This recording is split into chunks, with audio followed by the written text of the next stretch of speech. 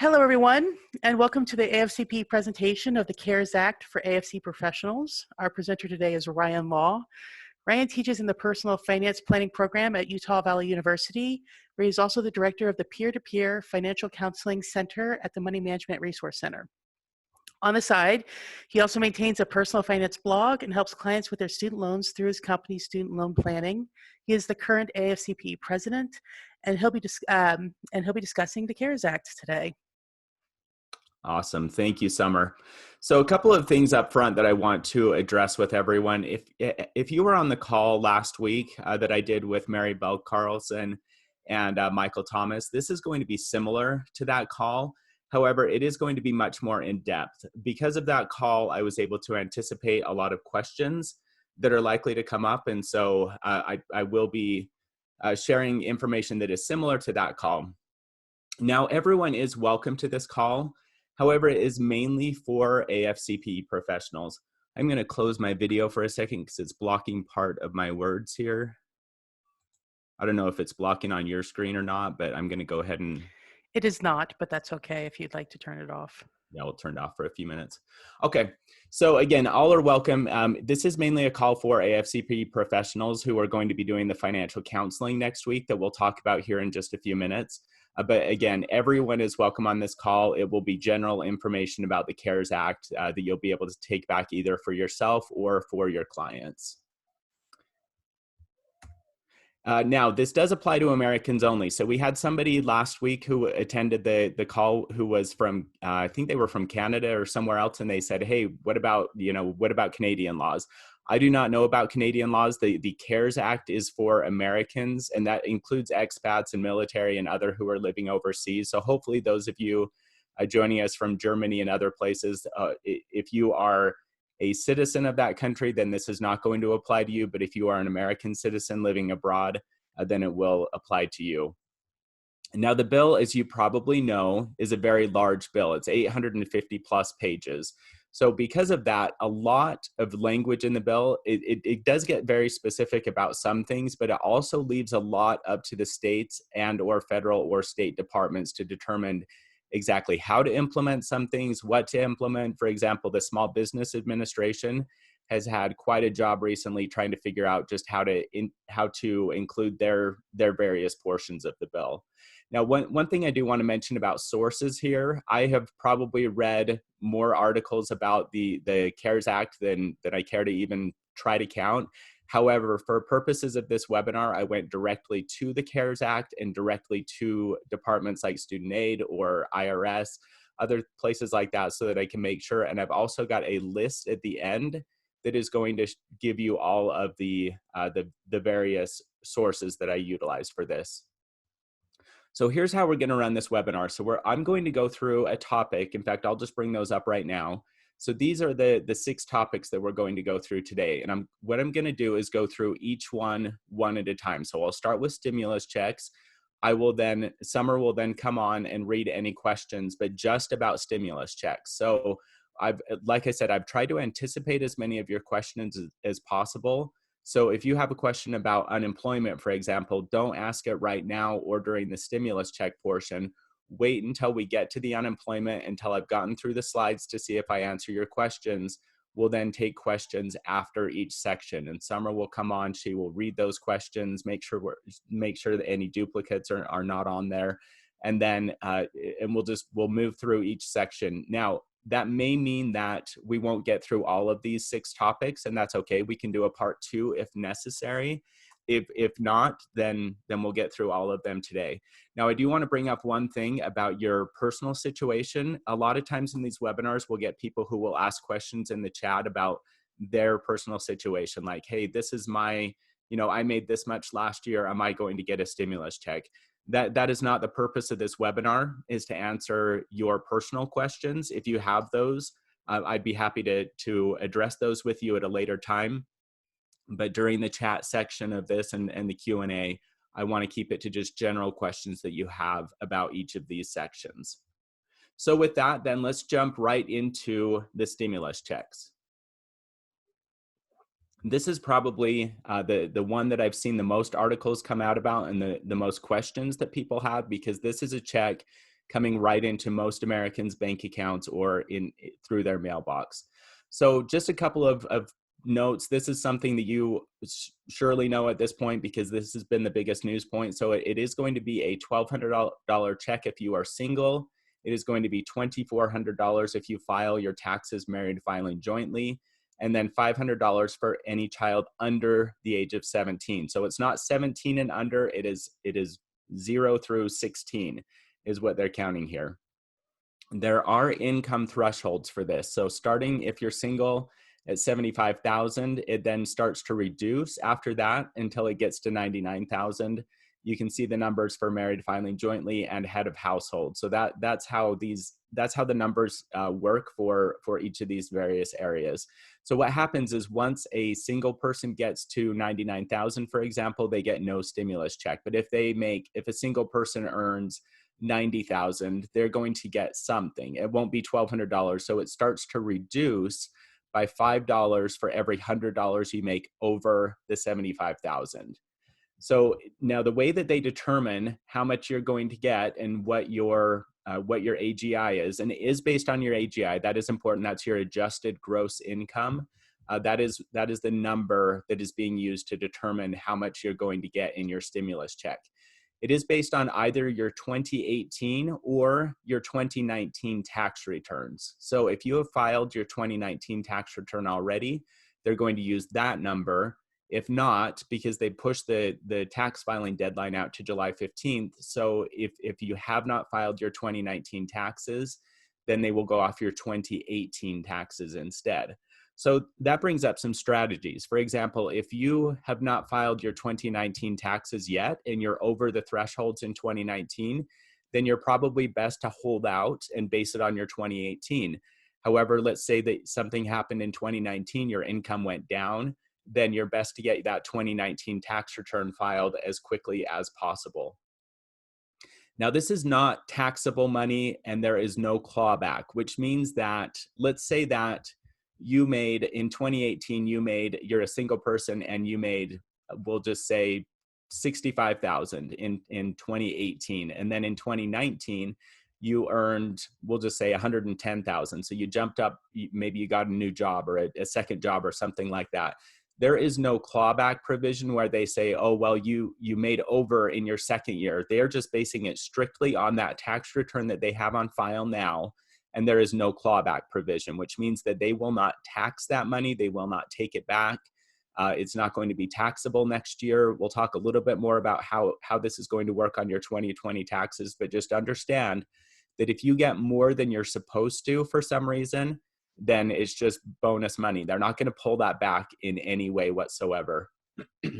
So the money is going to be deposited one of two ways. Direct deposit is the first one, and they said that should be done by April 20th. In fact, there was an announcement this morning that those direct deposits have actually started to go out already. So it is possible that you may see that check in the next couple of days. If you listed on your taxes, if you did direct deposit for your return, then it is going to be direct deposited by April 20th.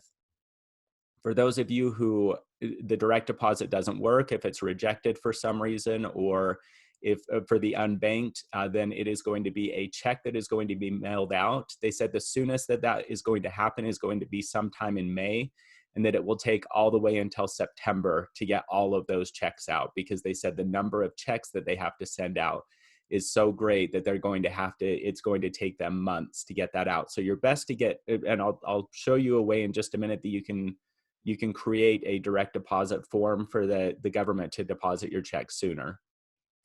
Let's talk about who does not get a check. So first of all, if you are over the income threshold, of course, you are not going to get a check. Children over age 17 or anyone claimed as a dependent. We'll talk a little bit more about that on the next couple of points here, but just as a reminder, if you have a child who's 17 years old, 18 years old, even if they are living at home, using your food, etc., you don't get a check for them. They also do not get a check. So you have to file your own tax return, and nobody else can claim you as a dependent for you to get a check. There has been talk about a fourth stimulus bill where they would address that concern and provide something possibly, but at this point, nothing concrete has been put in place. So those without a social security number, which means that those who file using an ITIN or individual taxpayer identification number, they do not qualify. Also, temporary workers and illegal immigrants also do not qualify for a check. So you have to have a social security number. You have to be filing taxes within the US. This is a big one that has been talked about as well, about how it needs to be addressed. So disabled adults claimed as dependents and also seniors claimed as dependents are not going to be getting taxes.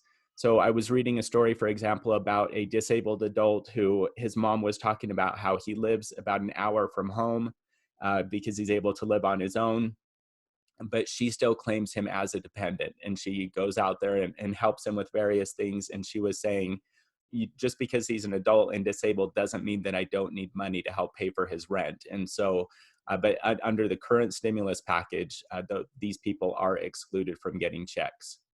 Also, if you owe back child support, then you are either going to get a partial check until that is paid off or no check at all. So that is the only thing that they are holding back on, though, is back child support. So if you owe back taxes or back student loans, that's okay. You're still going to get the check for the Stimulus Act. Some other important information. So those with green cards, so an H-1B or H-2A visas, will be getting checks. And that is important to point out. There have been a lot of questions about whether or not people with green cards are going to get that check. And the answer is yes. Another question is, what about a 2020 baby? Or if you file based on your 2018 tax return, but you had a baby in 2019, then what happens? So what's going to happen there is that this is officially an advance on your 2020 taxes that you're going to file in 2021. So that's what I mean there is that you're going to file your 2020 taxes by April 15th of 2021. So at that point, they will correct any mistakes or give additional money at that point. So if you had a baby, for example, then in 2021, when you file those taxes, you will get the $500 at that point. Again, they're not going to take any back, though. So if you were given money in error, or you were given too much, or you start to earn a lot more money in 2020, then they will correct that when you get to your 2021 or your 2020 taxes. Now, also, what about those in 2018 and 2019? So let's just say that those 2 years you're single and you earned $150,000. If you then lost your job in 2020, then when you file those taxes again in 2021, you will get your check then, but not before then. So there is no way to go back now and say, hey, I've lost my job in 2020. I'm going to be earning under the threshold in this year. So can I get a check now? The answer is no. So it's not until you file those taxes in 2021, you will get your checks at that point, which I realize if you've lost your job now is not very helpful. But that is when you're going to get those checks. All right, expats and those with a social security number that file U.S. taxes, you will be getting a check just like everyone else, so direct deposited or mailed to you. If you are disabled and not, again, claimed as a dependent, or a veteran, if you get SSA 1099 or RRB 1099, you are going to be getting a check, and you do not have to file a tax return. So initially, the Treasury Department and the IRS were saying, hey, just go ahead and fill out a tax return. There was outcry from these departments who said, hey, they don't have to file taxes. Why should they have to do one now? And the Treasury Department agreed with that. And so they came back and said, if you get one of these two forms, then you do not have to file a tax return. What about split custody? That's been a big question for people. And the answer is for the $500 extra that you get for children under 16, it's whoever claimed them last. So if on your 2019 taxes, you were the one who claimed them, you'll get the $500. If it's your spouse who claimed them, then they are going to get the $500. Few other things. What about those who are recently divorced or estranged? That's been a big question that I've seen as well. Unfortunately, it's just going to be wherever the last deposit for your tax return was, or whatever address is on file, and the full $2,400 will be going there.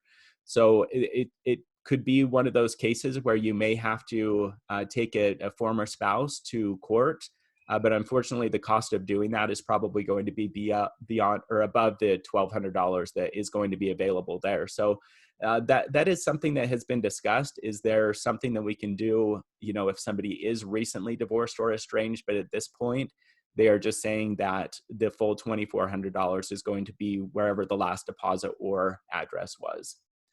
Now, as professionals in the field, recognize that there's a lot of scams and hoaxes specifically around this. There's around other areas as well, but this one is especially rampant where there's lots of scams, lots of hoaxes, people saying, hey, I can get your check earlier for just $100 fee or something like that. So one of your jobs as professionals is going to be to help avoid those scams as much as possible. Now, the IRS and TurboTax have set up a website. It's listed on here where there is a calculator that you can run to see exactly how much you are going to get in your check. There is also a registration link on there for non-tax filers so that you can get your deposit sooner. You can enter your direct deposit information on there, or you can correct it. So if you've, let's say, closed down a bank account since you filed your taxes last, then you can go onto this website and you can do this stimulus registration. You will have to create a TurboTax account in the process, but they're not charging anything for that process. All right, let me bring up my camera here. And Summer, if you want to come back on, it looks like we've had lots of chats coming through. So I'll I'm just happy to answer the questions. I'll just preface this by saying that I know some folks are trying to answer questions in the chat, which we really appreciate, but it's not possible for me to keep track of which questions have been answered. So I'm just going to ask the questions, assuming none of them have been answered, just to be on the safe side. What is the cutoff date for that 16-year-old? Okay, yes. Yeah, so when they turn 17. Okay, so there's actually two different things that I've seen on that. Some people say December 31st of 2019, but because it's a 2020 tax return, some others are saying December 31st of 2020. So I actually don't know the exact answer to that because they have not made that entirely clear yet. I will watch for that information to come out because other people are asking when that cutoff date is. And so as of this point, we don't know exactly what the assumption from the IRS and others. They're saying because it's going to be based on your 2020 taxes, it's whatever age they are at the end on December 31st of 2020. So that is the most recent that I've seen, but it's not an official statement yet that I know of. So unless somebody else has seen something, they're now saying December 31st of 2020. Do full-time college students qualify? It depends. So if they are claimed as a dependent on somebody else's tax return, which in most cases they are going to be claimed by their parents, then the answer is no. They're not going to get the $1,200. The parents are also not going to get the $500 for them. So if you are, however, living on your own, you're claiming yourself, nobody else is claiming you as a dependent, and you're filing taxes, then the answer is yes, you will get the $1,200. If you were somebody that was claimed as a dependent this year but will not be next year, will you get the money in 2021 when you file your taxes? taxes in 2021? Sure. The answer again is no. So if somebody claimed you in 2019, that is not going to correct in 2020 when you claim yourself as a dependent. So for example, let's say that you get married, this week or something like that during the year of 2020.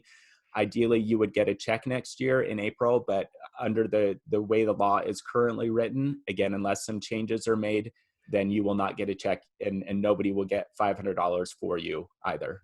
Okay. If you're married filing separate, is that considered filing single for the thresholds?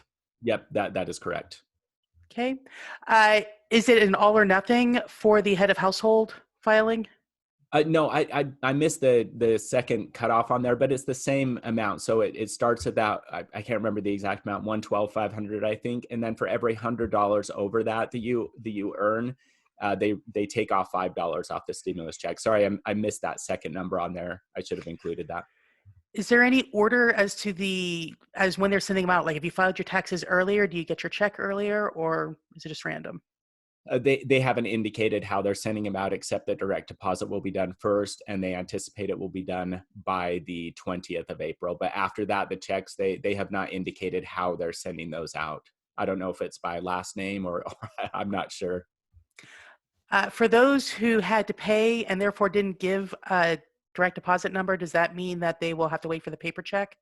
No, they can log on to that TurboTax website that I gave there, and they can add direct deposit information on there. Okay.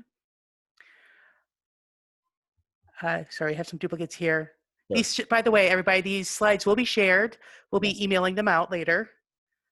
Turbo link will just be on the slides, It's just on the slide. Yeah, and as is the stimulus calculator. correct. It's all the same website. So everybody can register for a bank account, even if they've owed every year they did taxes, correct? Can register for a bank account Can or can attach register a for bank direct account to deposit. their Correct. taxes. Yes, they sure can. So that website is set up to do that. So you'll log on there. You can either start a tax return or you can just fill out the form where you can put your direct deposit information. I would do that right away though, because they're really, once they've sent out a check, they're not going to go back and cancel that check or anything. And so I would get on there and get that done as quickly as possible for both yourself and for any of your clients that you're working with as well. Will getting a refund or will the stimulus check impact any kind of refund that somebody might have gotten for 2020 taxes? No, so this is a one-time, according to, again, the way the law is currently written, it is a one-time extra stimulus. So it won't affect any refund. It won't affect any of your whatever you owe in taxes next year. None of that's going to be affected. So you'll file your 2020 taxes just like normal. There will be a form that will be filled out or generated based on your stimulus check, but it won't have anything to do. The only thing that they're doing with that is seeing if they owe you extra at that point. So again, no clawback, no, it's not going to affect your refund. It's not going to affect how much you owe. It is a one-time special stimulus check that's being sent out that will not affect those things. So if they didn't qualify in 2018, but they would in 2019, but haven't filed their taxes, is there any deadline they have to file, or do they to Not receive the checks? Yeah, not specifically, but if you want to get your check as soon as possible, then get your tax return done as soon as possible. So that's what all the IRS is saying right now. They have not given a cutoff deadline, and so I would just get that in as quickly as possible. What if somebody paid via EFT? I have to ask, I feel like that's the same as just paying by direct deposit. Is that different? No, it's the same. I mean, Okay. they really there was talk about Venmo and others offering to be able to pay through there, but the IRS has decided not to do anything like that. And so, basically, if you have a bank account on file with the IRS for deposits, they'll deposit it in there, whether it's through your taxes or the form that you create afterwards. We have a question. What if you did not file taxes for 2019 or 2020? You can't file yet for 2020. We're not at the end of the year Right. yet. So you still have time to file really for both. Yeah. And then Sorry. can you explain how the checks are in advance on taxes? Yeah, so it's not exactly an advance on taxes, and that is important to point out. And it does get a little bit confusing when we're talking about future taxes here. And so the idea is that it is a one-time payment as of right now that is not going to be. Yes, it is technically an advance on a return that you're going to file in 2021 for your 2020 year, but it's not going to affect any of your taxes at that point. So it is just a one-time deposit. It's not an advance. It is not anything like that. So they're just trying to stimulate the economy right now, which is why they are doing the checks. The idea is, you pay your rent. If you don't need that to pay your rent or your utilities or whatever, then you use it to help stimulate the economy, start purchasing things. I have other ideas. We're just going to stick it in a bank account, for example, and I would highly encourage others to do that same thing. But the idea is that it is not any sort of advance or anything like that. So just see it as not really affecting your 2020 taxes unless you're going to get more at that point. Then that's a different story. So if you get more in 2021, when you file those 2020 taxes, then that's what changes at that point. We have a lot of clarification on the EFT question. It is basically, and I feel like you might have answered this, if you had to pay instead of receive a refund, does that bank account still get used for the direct deposit? Oh, sure, because you put in a bank to have that drafted from. So the answer, I'm not 100% sure on that. I think that means that that would mean they have your bank account information on file. I would still log on to that website though, that TurboTax one, and just fill out that form just to ensure that they've actually got that there. And will there be any kind of tax form coming from this, like a 1099? It won't be a 1099, but you will get a form of some kind that will show how much you got. But again, it's going to be a whole separate section of your taxes that will not affect anything. So basically, this is just a bonus. It is just a bonus. That is correct. Is the TurboTax link the only way to register the bank account, or can you go to the Sure. IRS directly? So if you go to the IRS directly, you can fill out a change of address form, but it takes them, they said 3 to 4 months to process that. And at this point, they're saying that it might take even longer because of the way that things are shut down. So right now, the only way to do that quickly is through that TurboTax link that they have set up. We have a question on timing. So just as a reminder, we don't know the timing. Right. Direct deposit will be hopefully by April 20th, and otherwise a really long time. Right. Yes. Could be a September before you get your check. So confirmation, 2020 babies will definitely get to 500. She heard that they had to be born 2019 or earlier. So again, that is something that has not been 100% clarified, because I have heard both things. What I've heard most recently from an IRS person is that they have said because it's 2020 taxes, it's however old they are or baby born in 2020 will count. But there has not been 100% clarification on that. I wish I could tell you for sure that I knew the answer to that, but as far as I know, that has not been clarified completely by the IRS. We have somebody who says regarding the whole owed versus received, if you have a balance due this year, the IRS will mail a paper check unless you were sent a refund by direct deposit in 2018. So again, that is true. But again, if you've got your information on file with them, or by filling out that form, or either from the previous year, they will have that information, and they will do a direct deposit. Okay. And then non-filers for 2018 and 2019. Mm-hmm. Can't these people just use the non-filer registration at the TurboTax site? Correct. Yeah. So if Okay. you don't have to file taxes because you make under the amount required, then you can just fill out that form, and that'll take care of it. So again, originally they wanted everyone to fill out a tax return, but some who receive benefits like veterans benefits or Social Security benefits, if they don't have to file taxes, they wanted to avoid them having to do that. So that's why they created that form on TurboTax to fill out. Okay. Veterans on disability who haven't filed before, they can sign up through the TurboTax link. Correct. Okay. And do you have any recommendations for clients to bridge income until the stimulus money arrives? Well, I mean, there's other things that we're going to talk about here with student loans and mortgages and evictions and different things like that. So that those will come up as we move through other sections as well. And then at the end, if there's additional questions, we can address that as well. Here's a great question. What if somebody passed away recently and a check shows up at their address? Right. So, or their bank account, that's also a possibility unless that bank account has been frozen. So again, there's not, it's just going to become part of their estate. So if a check is sent out or a deposit is made, they're not going to pull that back for any reason. And that includes if somebody passed away recently. So it will just become part of their estate instead. What about regular Social Security income, not disabled income? Will they get a check? Do they need to file?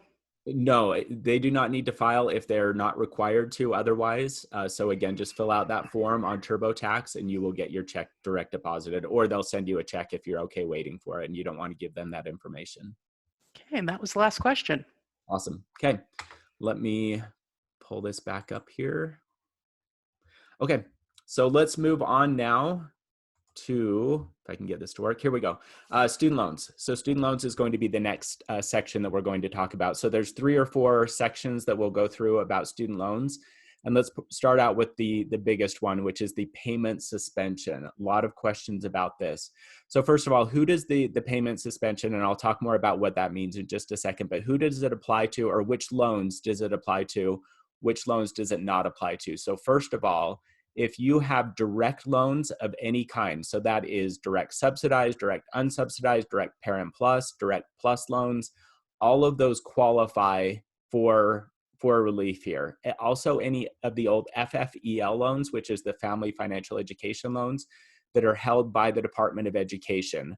Those are all of the loans that qualify. So those of you who remember or who went to school before 2010, like I did, I had all FFEL loans that were held by, I think it was Discover Bank at the time. So that they were not held by the Department of Education. They were held by Discover Bank. And it actually said that on my form. It said FFEL loan, Discover Bank. It's been paid off since then. But in that example, that my loans would not have qualified for this payment suspension. So any FFEL loans held by financial institutions, any Perkins loans, and sorry, I changed this on another one, but missed it here, or any private loans. So I'll make sure that's updated in the slides that sent out. So this should say private loans. They are not federal loans. So again, any direct loans held by the Department of Education, well, those are automatically, or FFEL loans held by the Department of Education. All of those are going to be suspended. If you have an FFEL loan held by a financial institution, such as Wells Fargo, Discover, Fannie Mae, etc., the payment suspension does not apply to that one, or to Perkins loans, or to any private student loans. So payments are automatically suspended until September 30th, 2020. And I do want to emphasize the automatic part. They have clarified, Student Aid and the CFPB have both clarified that this is an automatic suspension. You do not need to call your servicer and wait for 7 hours or whatever the current wait time is to get through to them. This is an automatic suspension that is going to happen until September 30th. It starts from the date that the bill was signed, which was March 27th, I believe. So they have said that if you made a payment between March 27th and when your servicer actually puts these on hold, which they are working to get that done as quickly as possible. Most of them have it done, but they said that you can get that one payment that you made refunded if you want to. You will have to call your servicer for that. But for everyone else, it is just an automatic suspension until September 30th, 2020. During that time, a couple of things happen. If you are working towards public service loan forgiveness, you know that you need to make 120 on-time payments in order to qualify for public service loan forgiveness. Under this suspension, any of your loans that are suspended are actually considered payments for that program. So that means instead of 120 payments, you will make 114. So because you won't pay between now and September 30th, then you are going to, those months are automatically counted towards public service loan forgiveness. So you do not want to make, if you're working towards PSLF, you do not want to make any sort of payments at this time. Even though you can log in and make payments, you don't want to do that because it's automatically counted towards public service loan forgiveness. Suspended payments also have to be reported as full payments to the credit bureaus. And I thought I had it on this slide, maybe it's another one, but all interest is suspended on those loans as well. So on those direct loans and those FFEL loans held by the Department of Education, interest is set at 0 until September 30th. That is true for students in school now. So that means their direct unsubsidized loans are not going to accrue any interest between now and September 30th. So again, that all interest stops, all payment stops automatically until September 30th. You or your clients do not need to call your servicer, and they have emphasized, like, please don't call to check on your suspension. It is being handled, it's being taken care of. You will be put on suspension, but those count. They will all count as payments towards PSLF. They will all count as full payments on your credit report as well. Here we go, interest. So no interest is going to accrue on those suspended loans. However, if you are not working towards public service loan forgiveness, and they have clarified that it is only public service loan forgiveness. So other forgiveness programs, such as an income-driven repayment forgiveness or teacher loan forgiveness, though that is not included in here. So it's only public service loan forgiveness that those payments count towards. So no interest, however, for everyone else on those suspended loans.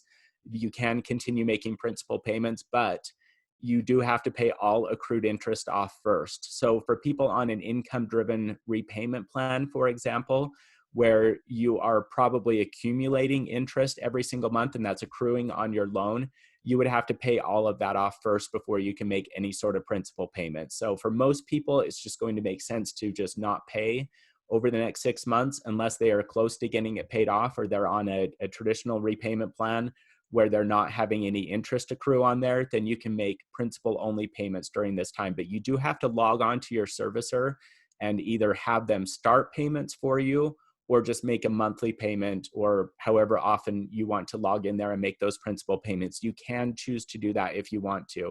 You'll do that through the website. Again, they have asked, don't call us about this, just handle it through the website. You can go on there and you can make those payments that way.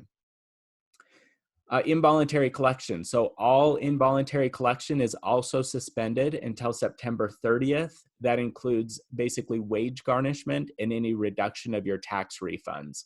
Between now and September 30th, those are canceled and suspended as well. So you don't have to worry about any involuntary collection. They are working as quickly as possible to get those wage garnishments stopped. It does take some time in some cases to stop those wage garnishments. And so they have said that they will refund any wage garnishments that have been taken out since September 27th, when the date of the bill was passed, until whatever it is, whenever they take that payment out, they will refund that if you call them and get that refunded if you need that. Okay, so that is it about student loans. Let's go back, Summer, to questions now. Okay. Will the suspended payments be due in full on September 30th or after September 30th? Yeah, so no, it's not. You won't have to accumulate and save those up or anything. I think that's what the question is here is, will you have to pay all 6 months at the same time? The answer is no. So if your payment date is, let's say it's the 15th of every month, it will be, your first payment will be October 15th, and it will just be a regular payment like you were paying before. Should clients contact private loan holders to see if they have relief programs that are internal? If they need to, yeah. So private loans, FFEL loans, Perkins loans, all of those are still going to be due and will be taken out over the next 6 months. However, if you are having financial struggles, then yes, call them and see if they've got something in place. This is going to be the same thing with mortgage payments and evictions and other things like that. Even if you don't qualify under the CARES Act, I would still call and let them know what's going on. And that is always going to be one of your best defenses, is calling your loan holders as early as possible and talking that through with them and saying, hey, look, I lost my job because of the coronavirus. Is there something we can do to put these payments on hold? Chances are the interest is going to still accumulate even if they put it on hold. But that is a possibility. And that's true with other loans as well. For example, I bank with a local credit union, and they sent out a letter to everyone that said, if you've been affected by this and you have a car payment with us, or you've got a loan or a mortgage loan or a credit card payment, we will suspend that for a minimum of 1 month if you have to check in with us. So call, let us know what's going on. And they did stipulate that interest would accumulate during that time. So it is important to understand that the interest is most likely to continue accumulating, but always call and see if there's anything you can do. What about default payments? Right, anyone in default, that's the involuntary collection through your tax refund or through the wage garnishment. That is stopping until September 30th as well. Someone heard that unpaid interest that accrued after their last payment and before the start of this program, that interest is still going to accrue interest. So everything is stopped at this point. So if you have, let's just say you've got a direct loan that had accrued some interest between, I don't know, January and March or something like that you hadn't paid off, you don't have to, that is not going to be accruing any further interest. It is stopping at this point. So as of March 27th. So everything stops at that point. So there is no more interest that will accrue on any principal or interest. Will website and statements reflect updated 0% interest? They will, but the servicers are saying they're getting that done as quickly as possible. This was thrown at them really quickly because originally President Trump had announced a 2-month suspension that you had to call to get if you wanted to. The CARES Act expanded that into an automatic 6-month suspension. So they were originally trying to handle just the influx of call on the 2-month suspension, the administrative exemption of that. But because now it's automatic and it's happening for everybody, it is a massive undertaking for them to go in and change the interest and reflect that on everybody's statement. So if it doesn't show yet, it will at some point. Is this true for does all this apply to both current students and graduated students? Yes, that is correct. So if you are a student right now and you have a subsidized loan, a direct subsidized loan, it will not be, or unsubsidized loan, it will not be accruing any interest between now and September 30th. I have a question that says even for child support, which I think goes back to the involuntary holding and everything. That is true, but child support and student loans are handled, I mean, totally separately. So Mhm. they will still put, if you owe back child support, for example, your student loans still go on suspension. So there's no direct tie in there. Okay. And just confirmation, the tax offset will stop. So I'm going to assume she means that withhold, like collection from your tax refunds, that will stop. Correct. Yes. Or wage garnishments. All of those things stop if you have a qualifying loan. Okay. We have another child support question. I feel like child support questions are not really at all addressed in this act. Is that correct? The only place that it's addressed is with the stimulus checks, where they have said that they will that you won't be getting a stimulus check if you owe back child support. That is the only place that it's addressed. So it won't have any interaction with your student loans or with mortgage interest or anything like that. It does not come into play there. Okay. For clarification on filing 2019 taxes, if you file them right now, Mhm. do you have a different impact on garnishment than if you file them later because it's outside the window? So I'm not sure I understand that question, because again, it doesn't, your student loan suspension is automatic regardless of whether or not you filed a tax return. So if you're paying on your student loans, whether you're having your wage garnished or whether your tax refund is being intercepted, or you're just making regular payments, then they all go on hold. So unless there's more clarification, I'm not sure exactly what's meant by that summer. Well, we have somebody who said their refund was garnished student loans. Can they get that refund back? Oh, okay. Oh, I understand now. So they filed their 2019 taxes. They had part of that taken because of student loans. That has not been addressed yet. That's a very good question, because, yeah, that's going to have happened to some people where they would have had some of that withheld to pay those student loan payments. It is very possible that you could get that refunded. I would call your servicer first and discuss it with them. They may refer you to somebody else at the IRS, but it is possible that if it was garnished after the date that the act was signed in. So if it was done before, if you filed in, say, February or March, early March, my guess would be that they're not going to refund that at this point, because it's as of the date that the bill was signed. So if for some reason you filled it out after the bill was signed and you had it garnished at that point, then I would guess they would refund that. But prior to that, there's nothing in the law that says they have to backdate it to January 1st or anything like that to refund that money. So it's possible some people will have had their wages garnished, and it's not going to change anything. And just confirmation that the suspended payments do not count towards forgiveness feature built into the income-driven plans. That is correct. That is what the Department of Education and the CFPB have said, that it only applies to public service loan forgiveness, because that's the way that it's written in the law. So unless something is changed in a future law, they are saying it's only for that one program, public service loan forgiveness, that these count as payments during the next 6 months.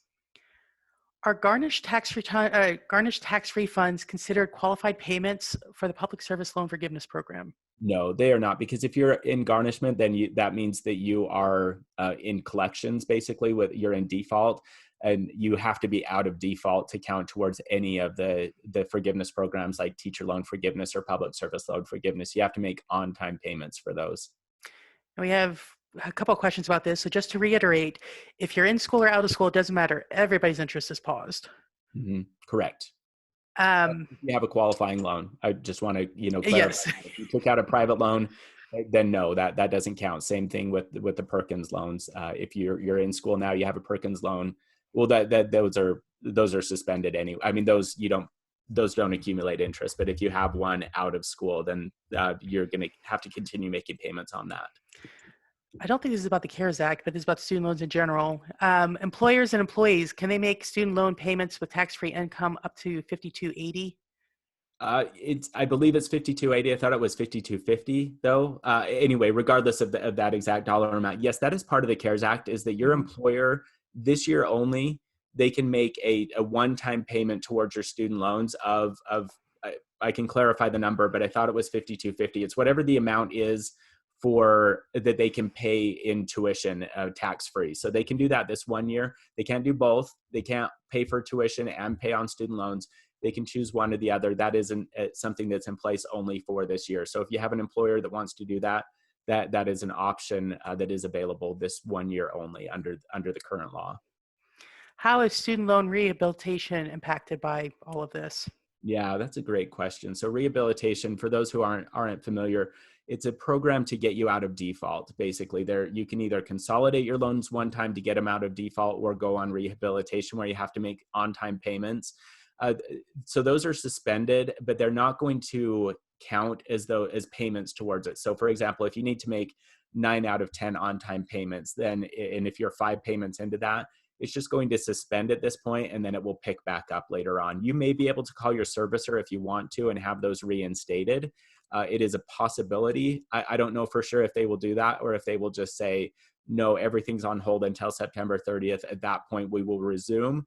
But you're not going to get behind during these 6 months. So if you were 5 out of your 9 payments in at this point, or out of your 10 payments, it will just pick back up, and you'll be on payment number 6 when you make that payment in October. For new student loans, say for the fall of this year, Mhm. um, even if they're unsubsidized, are they set up with 0% interest if they start during this time?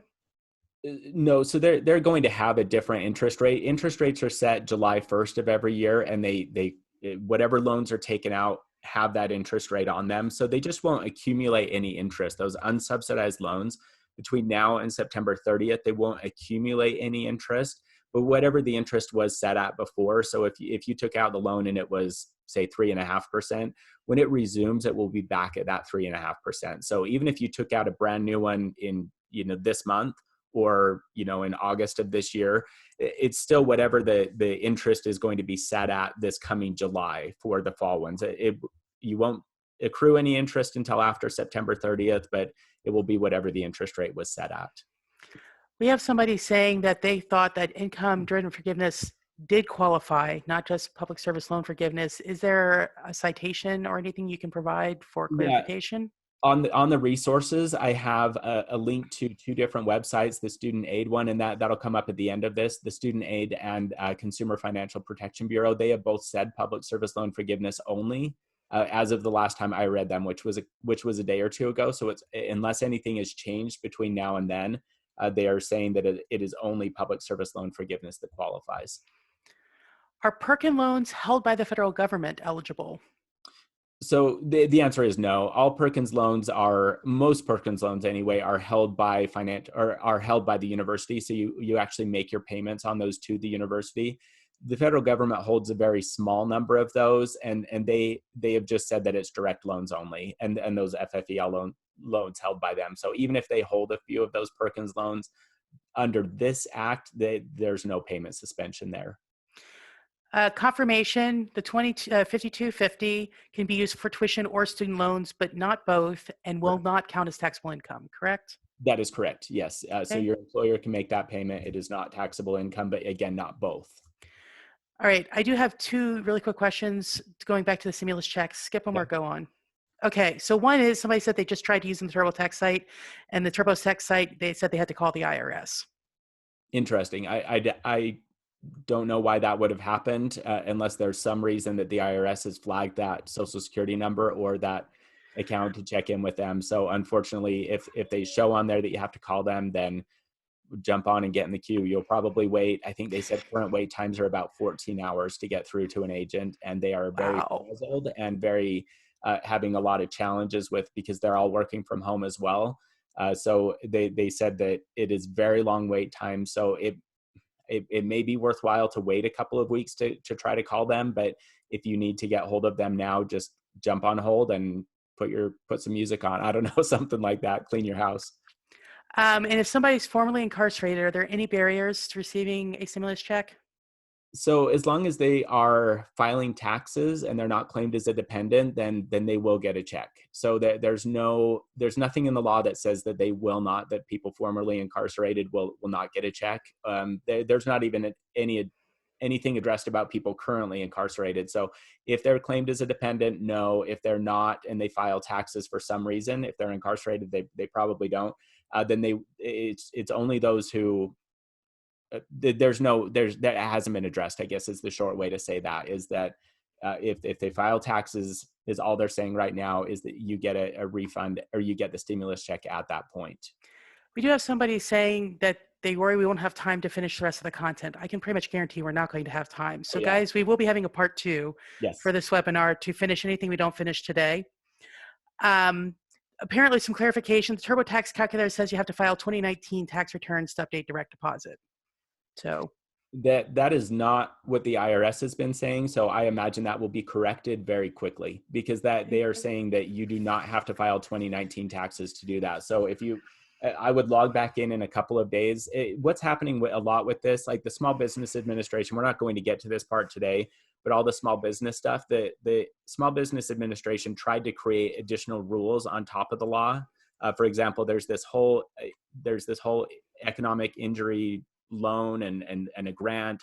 They tried to change the law so that they said, well, it's per employee. You can get up to $1,000 per employee. Congress has had to send 2 letters to the SBA saying, stop changing the law and put it back to what it originally was. In fact, in the last letter that I read, they got pretty upset, and they were saying, look, the idea is to get money out as quickly as possible to people. Stop putting barriers in the way of this. And so they've had to pull back on some things where they tried to add additional stipulations. So that's all happening right now, is that we're seeing if sites or locations are changing the rules at all, they are getting scolded pretty quickly. So, and we do have somebody say that a family member did successfully update their information without having to file just yesterday. okay, perfect. So one quick question: are there any implications for foster youth? I'm assuming this goes back to stimulus checks. Right. Yeah. Looking at the $500. So it depends on, I don't know the direct answer to that, but it really depends on how they're filed. If they are claimed on your taxes, that's the only way to determine whether or not they are listed, whether that you get that $500 or not. So in most cases, foster children, it kind of depends on the situation. I'm not an accountant, so I want to be cautious about answering that question. I would check with your accountant to be sure, but if they're not listed on your taxes from 2018 or 2019, you're not going to get a check for them. Okay. And on that note, we have some questions about stopping the questions so we can get through the presentation. Yeah. Do you feel like we should go any further, or at this point, is it unrealistic that we will actually make enough progress in the next 9 minutes? Unemployment. Let's go ahead and try, Summer, to Okay. address unemployment, and then we'll do as much as we can, and then we'll put the code up here right at the end, and then you and I will jump on the phone right after this, and we'll schedule the next one. So we'll And get it done as quickly as possible. if you're able to, I don't mind going a little bit longer to I'm good with answer that. the questions. So we'll go through this section and do the questions, and the rest will be in a later webinar. Yeah. Okay. All right. So let's jump right into unemployment then. So who qualifies for unemployment? So this is the language of the law as it was written, is that anyone who is laid off or furloughed due to the COVID-19 qualifies for unemployment.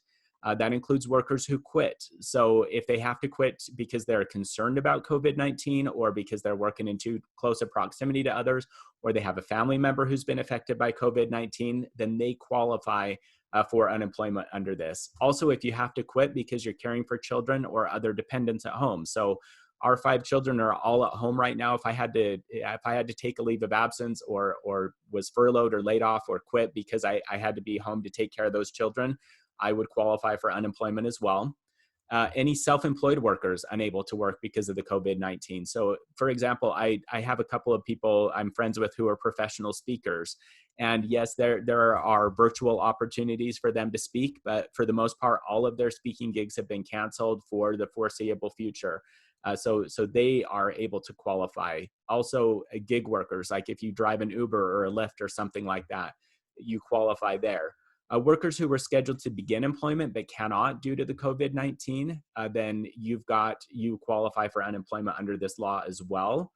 Also, if you are now the primary breadwinner because the head of household died from COVID-19, now if you can, it is possible for you to get unemployment as well. It might be a different amount than you would have gotten before, but under the law, the way that it is written, you do qualify for that. So again, self-employed, gig workers, people who were part-time qualify for this. I know a lot of part-time workers at movie theaters or restaurants or something like that who have been laid off.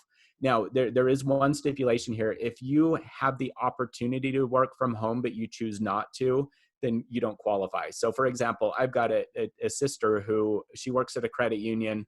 They just a couple of days a week. She's very part-time, but she decided not to work so that she could just be at home with the children. So even though she's home caring for the children, her work gave her the opportunity to work from home and still continue getting paid. She chose not to take it, so she doesn't qualify for unemployment since she had the opportunity to work from home. Right. So how much do you get? The benefit amount. So the benefit levels are determined by the state, and it is different for every state. There are states that pay as little as $200 a week. There are states that pay as much as $1,000 a week. The average is about $300 to $500 a week. Unemployment was never meant to replace an entire income. It was meant to be a bit of a boost for you to say, hey, I've got enough money coming in that I should be able to at least pay minimum rent or something like that. But the idea is to get out and get another job. So that's how it worked before. We'll go through how it's changed now. So the way that they determine that amount, most states utilize this calculation. Some use a little bit different, but most use this. So they take your highest earning quarter over the past year, over the past 4 quarters. They divide that by 26, and then they cap it at whatever a maximum amount is. So for example, if you earn $12,000 in your highest quarter, you divide that by 26, you get 461. That is your weekly benefit, is 461. However, if your state caps benefits at 420, then your maximum is 420. With the new law, though, there is, on top of that 420 that this person would get, they would get an additional $600 through July 31st. So instead of 420, they would now get 1,020 every single week from now through July 31st. Now, a lot of questions are being asked about that $600, because here's the thing. Prior to, we had the lowest unemployment that we've ever had prior to the CARES Act being put into place. And so with that, unemployment offices across the country, there were 200,000 to 300,000 people that were filing every week. There is now 2.5 to 3 million people filing every single week for unemployment. Unemployment offices are trying their best to handle the influx of people who are filing. They are also trying their best to get this $600. They have not received that money from the federal government yet. And the state actually gets to decide whether or not they're going to distribute that $600. It is not mandated by law that they have to. They have the option to. The federal government is paying that $600, but a state could say, hey, we're not going to pay that. And that is their choice. I would imagine if they do that, they're going to hear from people. But that is a state choice that they can make. So every state that I know of, though, is trying to get that $600 out there. I was just logged on to the Utah website yesterday where I live, and they said that they don't have that money yet from the federal government, but that they will backdate it. So if you started getting unemployment after the CARES Act was passed and you have lost your job, they will actually backdate it. Some states are saying through March 27th, others are saying April 2nd from what I saw. But they said you will get one big check. So it might be a month where you're only getting the 420, but you'll get a big check at some point that will backdate for that $600 that is going to be paid out as well. So again, most states are not paying yet, but they said that they are going to do that retroactively. Summer, I think we are out of time, and I want to make sure we put up the code here. So I'd love to get through more of this right now. I guess this is the last slide about unemployment, so let's just do this one really quickly. So length of unemployment is also determined by the state. The average is 26 weeks. So again, some states are lower, some states are higher. I've seen states that have as little as 12 weeks and states that have as high as, I think 32 is the highest that I saw. But the average is 26 weeks. Most states do that. The CARES Act extends unemployment benefits by an additional 13 weeks in all states. So for most states, that takes it up to 39. It might take it up a little bit higher in the few states that go higher, but it will be lower than 39. So it's just an additional 13 weeks on top of what your state offers there. Extended benefits are going to last through December 31st. So again, that $600 ends July 31st, but the extension of the 13 weeks goes through December 31st of this year. After that, it will return to 26 weeks unless something else is changed there. It also eliminates the 1 week waiting period. So that means that the first day that you're unemployed, you can get this unemployment benefit. And so it eliminates it for everyone else, for everyone who's filing now. You also don't have to be looking for a job during this time. So they understand that there's really not jobs out there for you to be going out and looking for. So if you are unemployment, instead of having to apply for a certain number of jobs, that is canceled as of this. So Summer, with that, let's, do you want to give the code real quick? And then I'm happy to answer questions after that about unemployment. Okay, so a couple things. First, the AFCPE completion code is AFCPE CARES 2020. That's AFCPE CARES 2020. Capitalization doesn't matter, but spaces do. There are no spaces. So AFCPE Cares 2020. Also, I just really want to quickly note, if you have not checked your email recently, we have a partnership with that's funded by Wells Fargo with Yellow Ribbon Network to offer free counseling by AFCPE Certified Professionals, and you'll get paid for that. The counseling is free, but you get paid. I will send out a link with more information in the email that I send out with the recording and the slides for this particular webinar. And with that, I will jump to questions. One quick note for everyone. Yes. So we'll post all of the slides now, and if you have to jump off now because you've got something else going on, we'll include these questions in the recording that's posted. We'll also include all of the slides in case you can't join us next time, and we'll record that one as well. And so Summer and I will determine right after this when we can do part 2, and we'll get to the remainder of these. Okay. All right. Does it matter if you're retired and working part-time? Do you still qualify for If you unemployment? qualify, yeah, that's a really good question. So retirement doesn't have an effect on this specifically. If you're retired from whatever your regular job was and you're working part-time, then you would qualify for this under the way that the law is written, because they are including part-time workers. So they don't care whether you officially retired or not, or it just matters if your income has been affected because of this, then you do qualify for unemployment. What if you lost your main job but are still part of the National Guard or Reserves, and doesn't matter if you were mobilized?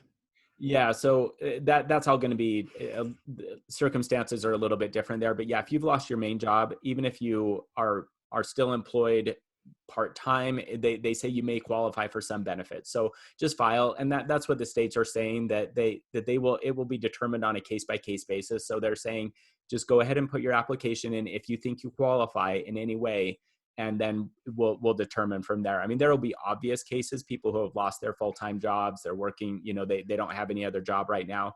Those are the obvious cases. Other ones are going to be handled on a case-by-case basis that they'll look at and say, well, you had the opportunity to work. And I don't even know how they'll determine all of that. They're just so overwhelmed right now, the unemployment offices. They have also said, don't call.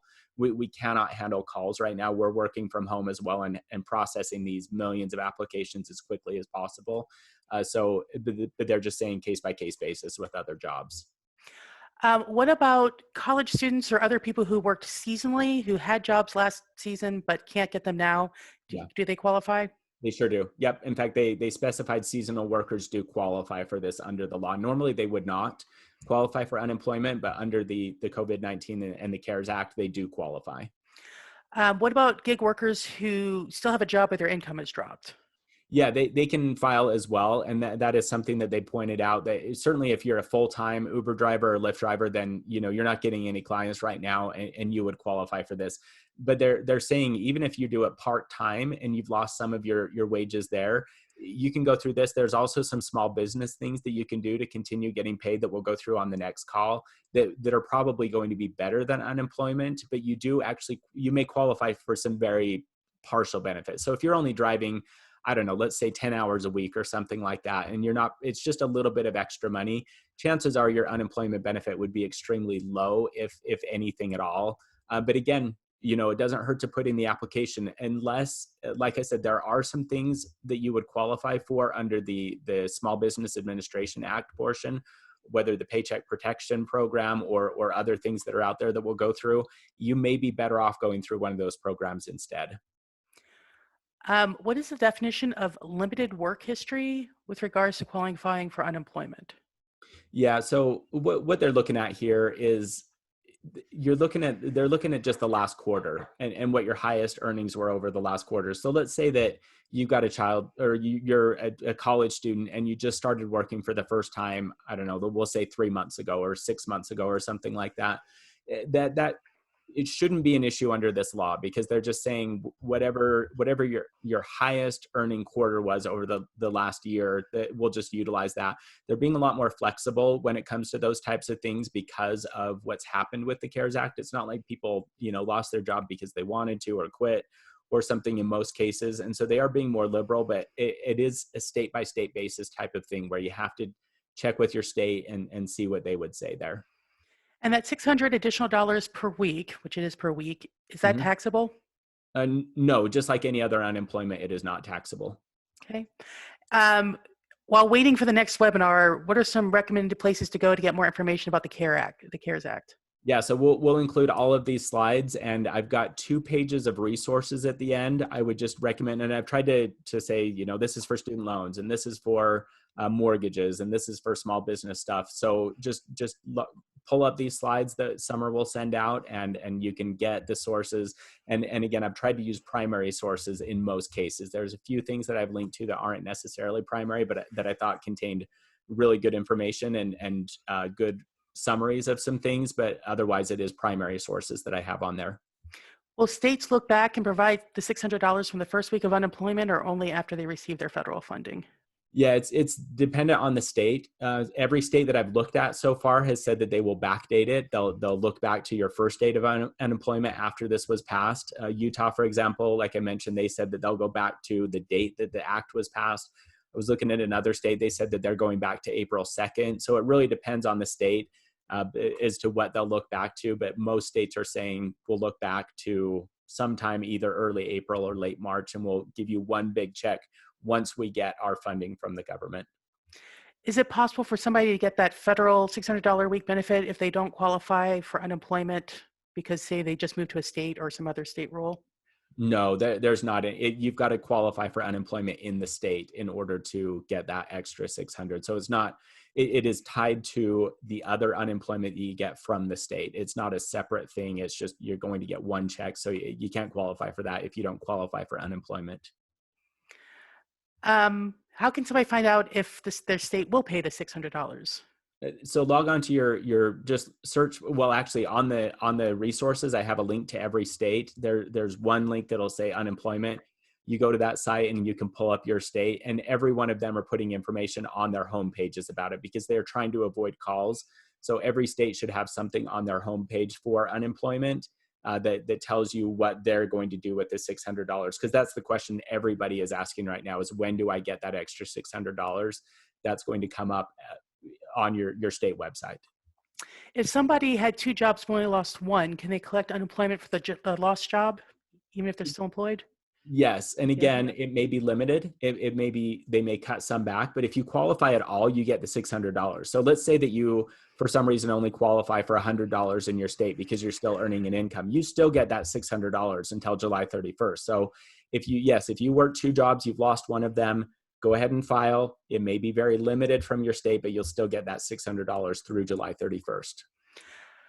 We have somebody ask what to do with the AFCP completion code. That only applies to people who are AFCPE Certified Professionals.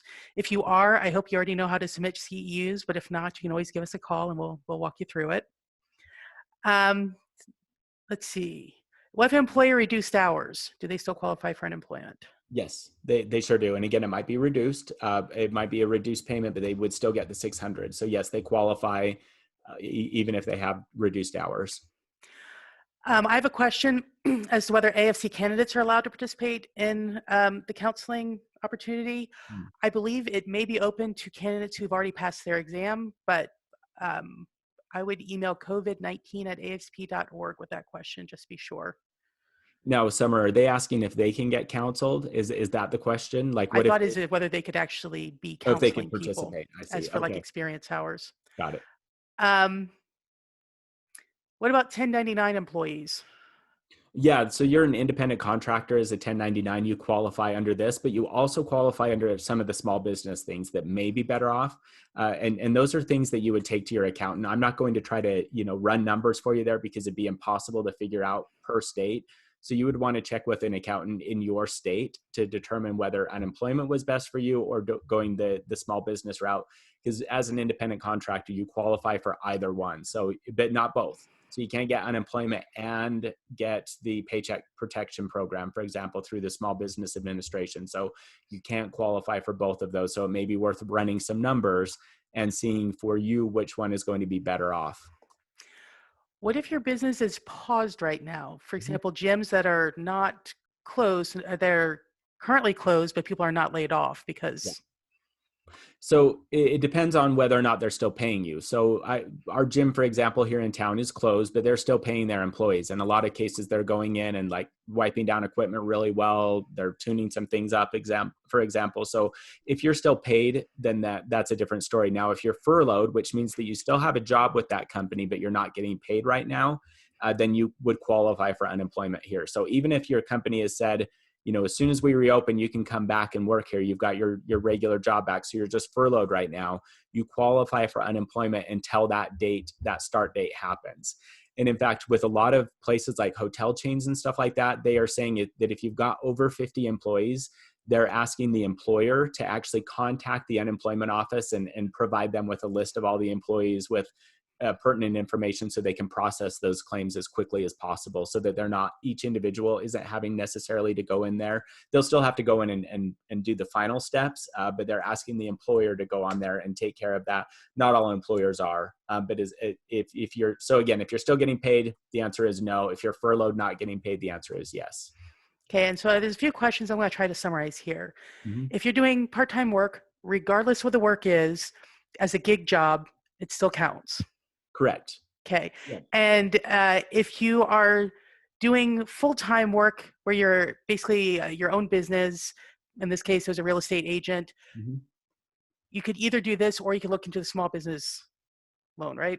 Correct. Either one, because you, as a 1099 or self-employed person, you qualify for either one. And so you really want to run the numbers and see which one is going to be better, because you can't double dip in any of these programs. Same with the small business stuff. When we get there, there's multiple programs out there. You can't utilize two different things for the same funds. And so it's going to be worth running numbers to see which one is going to be best for you. And you can do calculator. You just search for your state and figure out what you would get unemployment wise. It may be a little bit different right now. And so you may have to jump on a call with them and wait for a while until you can get through to somebody. But it may be worth running numbers with somebody and seeing which one is going to be best for you. In a lot of cases, it may be the small business stuff, because the idea there is that you can continue paying your wages to yourself and to your employees if you have any. But even if you're self-employed, you can continue paying wages and a few other things. So including benefits and other things like that can be paid out of that, where unemployment is probably not going to replace your income in most cases. It was never meant to. The 600 is going to help, and it will actually put some people over what their average weekly paycheck was. But for others, it's not going to be enough. And so we're under other ones that are forgivable grants or loans, that may be better off. Okay, and I'm going to say we have several very specific scenarios that are coming up. So I just want to reiterate, this is not really meant to answer your individual questions or any specific individual questions. In most of those cases, it'd be state specific anyway, so please contact your unemployment office. If the physical office is not open, they should have a website or a phone number. That's how you contact them. Yep. So people who are not living in the state where they were working, basically like military spouses, where should they file? Yeah, that question came up last time, and it seems like we originally the thought was file where you're living now, but somebody commented and said, I'm in that situation and I had to file with where our home is, and so where we file taxes and everything. So you're going to file with wherever you filed your last taxes. And so I have some students, for example, who are in that boat. One of my students was living here, working here in Utah, and she went back home. I think it's to Oregon. So she would not file with Oregon. She would file with Utah, even though she's not currently living here. But Utah is her home state. So she's married.